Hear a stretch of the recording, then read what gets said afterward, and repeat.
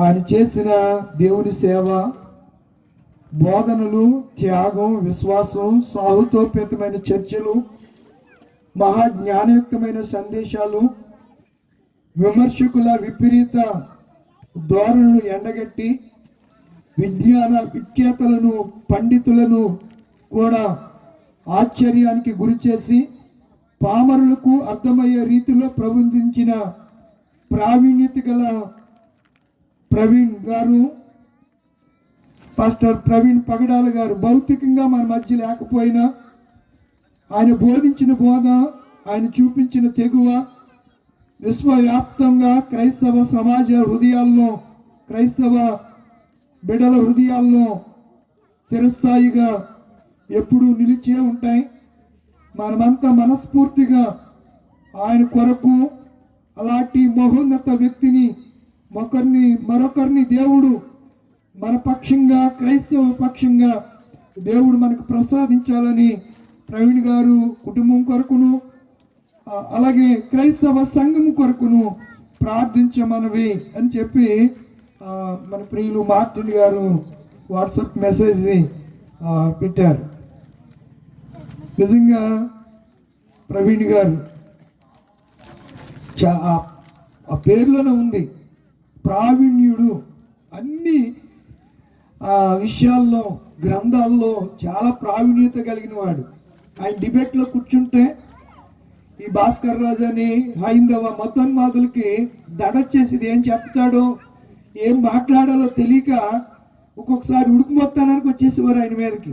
అయినా ఆయన చాలా నవ్వుతూ కూల్గా, అయ్యా మరి ఇలా ఉంది కదా, మీరు ఇలా ఎందుకు చెప్తున్నారు, ఒక ఆధారం ఉంటే చూపించండి, దాన్ని కూడా నేను అనుసరిస్తానని చాలా కూల్గా సమాధానం చెప్తూ ఉండేవాడు. అలాంటి వ్యక్తి మరి దేవుడు మనకి మరొక ప్రవీణ్ లాంటి వ్యక్తిని దేవుడు మనకు ఇవ్వాలని మనం ఏం చేయాలి?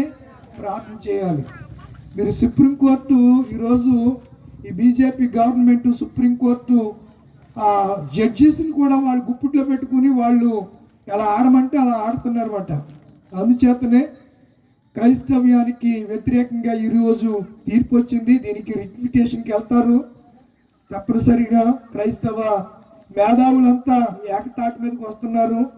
మనం కూడా చేయవలసిన పని ఏమిటి అనగా మనల్ని మనము విమర్శ చేసుకోవాలంతే తప్ప ఆత్మవంచన కాదు. ఆత్మవంచన అనేది ప్రభు విషయంలో ఎవరైనా చేసే త్యాగాల్ని ఆత్మ పరిశీలన చేసుకోవాలి. ఆత్మ పరిశీలన వేరు, ఆత్మ వంచన వేరు. కనుక ప్రియులారు, ఈరోజు మన అంశం ఏంటి చెప్పండి? చాలా మంది విషయాలు ఈ హాఫ్ నాలెడ్జీ వాళ్ళకి అర్థం కాదు. రేపు పొద్దున రాబోయే తరానికి ఎంత డ్యామేజ్ జరుగుతుందో కొంతమందికి తెలియకోకుండా ఆయన ఎవడో చచ్చిపోతే మనకెందుకు అన్నట్లుగా కొంతమంది వ్యవహరిస్తారు. కానీ ఆంధ్ర రాష్ట్రం అందరు కూడా మేల్కొన్నారు. ఇదేనన్నా ప్రవీణ్ ప్రగడాల గారి ఈ సంస్కరణ సభలు ఊరూరా జరుగుతూ ఉన్నాయి. ప్రతి చోట చీరాల్లో అయితే చాలా అద్భుతంగా, రాజమండ్రి లూథర్గిరిలో జరుగుతుంది. మన లూథరన్ సంస్థ యొక్క కాంపౌండ్లో ఈరోజు ప్రవీణ్ ప్రగడాల గారి సంస్కరణ సభ జరుగుతుంది. కారణం ఏంటంటే ఆయన చనిపోయింది కూడా మన ప్రాంతంలోనే, ఈస్ట్ గోదావరి రాజమండ్రికి దగ్గరలోనే ఆయన చనిపోవటం. ఈ దినాల్లో మనం అందరం చాలా శోక సముద్రంలో మునిగిపోయాం. దేవుని పిల్లరా, మరలా దేవుడు మనకి అలాంటి నాయకుడిని ఇవ్వాలని అనునిత్యం మనం ప్రార్థన చేయాలి. మీకు తెలుసో తెలీదో, ఈరోజు సుప్రీంకోర్టు ఇచ్చినటువంటి తీర్పు మన పిల్లల భవిష్యత్తు మీద దెబ్బ కొట్టినట్టే. చాలా ఘోరమైనటువంటి తీర్పు ఇది. చర్చిలో కనపడితేట ఎస్సీ హోదా రద్దు చేస్తాడట. ఏం చేస్తాడు? చేస్తే చేయనివ్వండి. యేసు కోసం అనేక మంది హతసాక్షులు అయిపోయారు. ఈ భారతదేశానికి మిషన్ పిల్లలు మీకే, రేపు పొద్దున మీరు పిల్లలు కానీ అప్పుడు తెలుస్తుంది మీకు ఈ బాధ. ఎగిలిస్తున్నారు, చాలా బాధపడతారు మీరు. ఏదో కళ్ళబొల్లు మాటలు, ఎవిడెన్స్ లేకుండా సొల్లు మాటలు కాదు, రియల్ ఫ్యాక్ట్. సత్యం ఇది. అర్థమవుతుందా? మిషనరీలు భారతదేశానికి వచ్చి విద్య, వైద్యం, నాగరికత నేర్పారు. మొట్టమొదటి పోస్ట్ ఆఫీస్ స్థాపించిందే క్రైస్తవ మిషనరీ. ఆడవాళ్ళు చదువుకోకూడదు అని చెబితే వాళ్ళకి చదువు నేర్పిందే క్రైస్తవులు. మిషనరీలు ఎన్ని త్యాగాలు చేశారు తెలుసా? మగోడు చచ్చిపోతే మగోడితో పాటు ఆడదాన్ని కూడా కాల్ చేస్తే దాన్ని ఆపిందే క్రైస్తవులు. మొట్టమొదటి బ్యాంకింగ్ వ్యవస్థను ఏర్పాటు చేసింది క్రైస్తవులు. ప్రింటింగ్ మిషన్ భారతదేశానికి తీసుకొచ్చింది క్రైస్తవులు. మొట్టమొదటి యూనివర్సిటీని స్థాపించింది క్రైస్తవులు. నేటి హైందవ జనాంగం పునరాలోచన చేయవలసిన సమయం ఇది. ఇంత క్రైస్తవం చేస్తే క్రైస్తవ్యానికి వ్యతిరేకంగా చట్టసభల్లో మీరు మాకు వ్యతిరేకంగా తీర్మానాలు చేస్తున్నారే, పరమందున్న దేవుడు తప్పకుండా చూసి తీర్పు తీరుస్తాడు. ఆయన న్యాయాధిపతి. అలాంటి న్యాయాధిపతి ఇంకెవరునూ లేరు. ఆయన న్యాయ నిర్ణేత. ఈ లోకంలో ఒకవేళ అన్యాయపు తీర్పుకు మనం గురైనా ఒక దినాన్న తప్పకుండా దేవుడు మనకి ఏం చేస్తాడు? న్యాయాన్ని చేస్తాడు. అలా అందులో ఏ విధమైన సందేహము లేదు. మహా సామ్రాజ్యాలే అధోగతి పాలైపోయాయి, చరిత్రలో కనుమరుగైపోయాయి. భారతదేశం ఇంతగా అభివృద్ధి చెందిందంటే దానికి క్రైస్తవులే కారణం. ఈరోజు గతాన్ని మర్చిపోయి క్రైస్తవులకు వ్యతిరేకంగా మాట్లాడుతున్నటువంటి వారు తప్పక ఒకసారి మీరు గుండె మీద చేసుకుని క్రైస్తవులు మాకు ఏమి చేయలేదని చెప్పగలిగినటువంటి దమ్ము, ధైర్యం ఉంటే చెప్పండి. బయటకు వచ్చి తెలిస్తే ప్రజలకి ఏం చేశారో అదన్నా చెప్పండి, ఏం అపకారం చేశారో అదన్నా చెప్పండి. ఏదైనా చెప్తేనే తెలుస్తుంది, చెప్పకపోతే ఏదియో తెలియదు. కనుక తప్పనిసరిగా మనం ఏం చేయాలి? నేను మిమ్మల్ని ఏమంటా, ప్రార్థన చేయండి. భవిష్యత్ తరాలు నాశనం కాకూడదు, వారు అన్యాయం అయిపోకూడదు.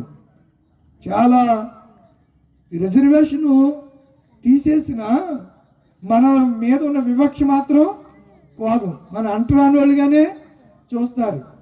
అందుకే రిజర్వేషన్ కావాలని అంబేద్కర్ మహనీయుడు రాశాడు. ఆయన 70 సంవత్సరాలు అయింది, ఇంకా రిజర్వేషన్ ఎందుకు అంటే మన మీద కుల వివక్ష ఈనాటికి పోలేదు. బయటికి వెళ్ళిన మనల్ని వేరొక పేరుతో చిన్న చూపే చూస్తున్నారు. తక్కువ కులస్తులుగా మన మీద ముద్ర వేసి అంటరానితనంగా మనల్ని ట్రీట్ చేస్తున్నారు. ఈ పరిస్థితుల్లో యేసు ప్రభు వారి యొక్క శిష్యులు సువార్తను ప్రకటించుకుంటూ తోమ భారతదేశానికి వచ్చాడు. ఆయన తరువాత అనేక మంది మిషనరీలు ఈ భారతదేశానికి 1800 సంవత్సరాల కాలంలోనే, శకంలోనే వారు భారతదేశానికి వచ్చారు.